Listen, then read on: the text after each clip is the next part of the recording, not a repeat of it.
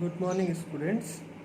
आज की इस वीडियो में हम लोग फिजिक्स के chapter 9 force and laws of motion के बाकी बचे पॉइंट्स को डिस्कस करेंगे।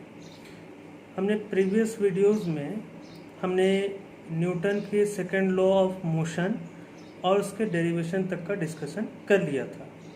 आज हम लोग डिस्कस करने वाले हैं इम्पल्स के बारे में, Newton's third law of motion के बारे में और कुछ एप्लीकेशंस हम लोग Newton's third law of motion से रिलेटेड हम लोग डिस्कस करेंगे। ठीक है, तो इम्पल्स, सबसे पहले हम लोग बात करें इम्पल्स के बारे में। इम्पल्स को हम लोग हिंदी में आवेग बोलते हैं।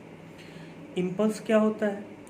इम्पल्स एकदम साधारण तौर से समझने के लिए हम लोग बोल सकते हैं इम्पल्स क्या है? चेंज इन मोमेंटम है। ठीक है, इम्पल्स क्या है? चेंज इन मोमेंटम, यानी कि मोमेंटम जितना चेंज होगा वही उसका इम्पल्स होगा। और इम्पल्स को हम लोग कैसे समझ सकते हैं? बहुत कम समय के लिए जो फोर्स हम लोग एक्सर्ट करते हैं या जो फोर्स हम लोग अप्लाई करते हैं, ठीक है, सिंपल फॉर्म में यही समझिए कि जब हम लोग कुछ कम समय के लिए कोई फोर्स अप्लाई करते हैं और उस फोर्स के कारण किसी ऑब्जेक्ट के मोमेंटम में बहुत ज़्यादा परिवर्तन देखने को मिलता है तो उसको हम लोग इम्पल्स कहते हैं। ठीक है, अगर हम लोग इंग्लिश डेफिनेशन की बात करें तो हम लोग बोल सकते हैं कि impulse is the total impact of force. Impulse is a total impact of force.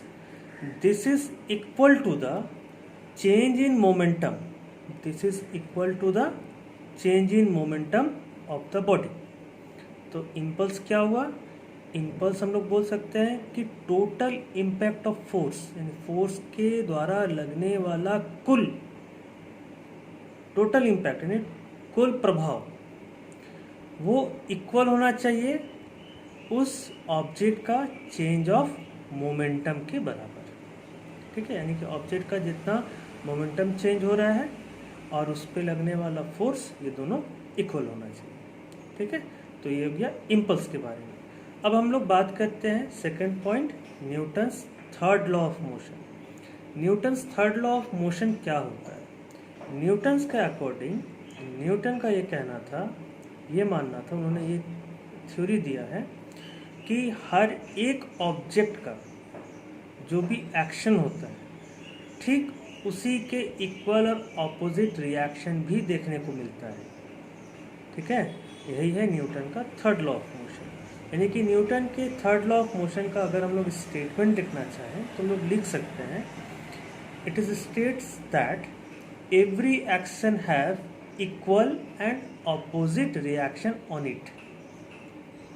ठीक है, जितना भी क्रिया होगा, जितना भी हम लोग काम करते हैं उसका इक्वल एंड ऑपोजिट रिएक्शन होता है।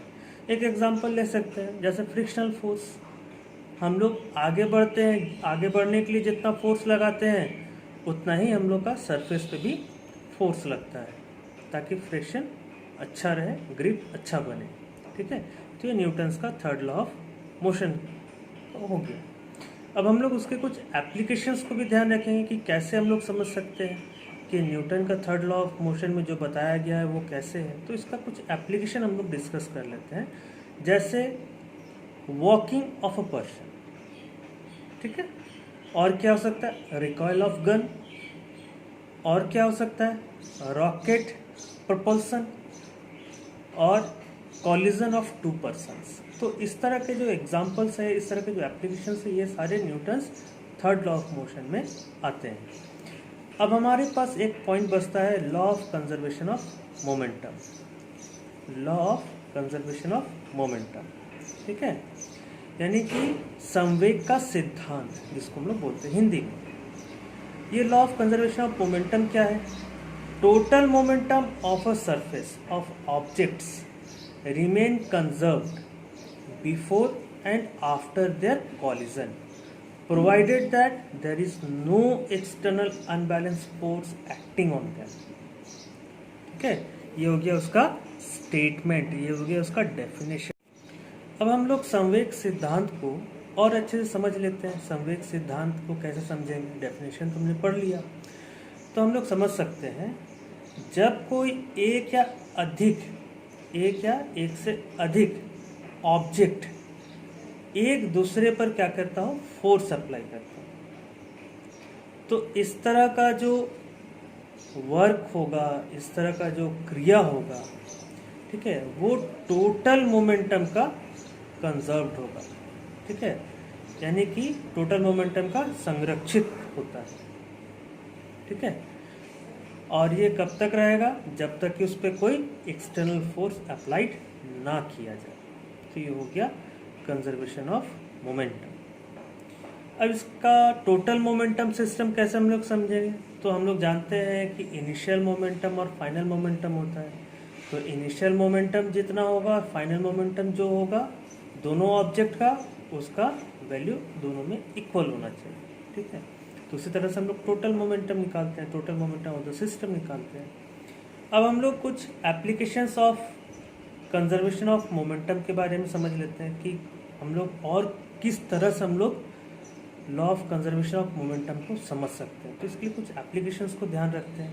एप्लीकेशंस को ध्यान में रखेंगे तो ज़्यादा अच्छा समझ में आएगा। जैसे क्या हो सकता है, when a man jump out a boat to the shore, then the boat slightly moves away from the shore to conserve the momentum। ऐसा आप लोग देखे हैं कि कोई आदमी जो है बोट से जंप करता है, तो बोट क्या होता है, थोड़ा सा हिलता है ना, थोड़ा सा मूवमेंट करता है। तो ये मूवमेंट क्यों करता है, मूवमेंट करता है ताकि वो जो कंजर्वेशन ऑफ मोमेंटम है वो क्या हो जाए, बैलेंस हो जाए। बैलेंस होने के लिए अगर वो बैलेंस नहीं होगा, ज़्यादा फोर्स लग जाएगा तो क्या हो जाएगा, बोट पलट जाएगा, है ना। और हम लोग दूसरा देखते हैं example, rocket and jet planes work on the principle of conservation of momentum. Rocket और जेट प्लेन भी किसके ऊपर काम करता है, principle of conservation of momentum के ऊपर में वर्क करता है। एक और एग्जांपल के फॉर्म में एक और एप्लीकेशन लोग देख लेते हैं। वाइल फायरिंग अ बुलेट, जब गोली चलाया जाता है, the gun should be held tight to the shoulder due to recoil of the gun.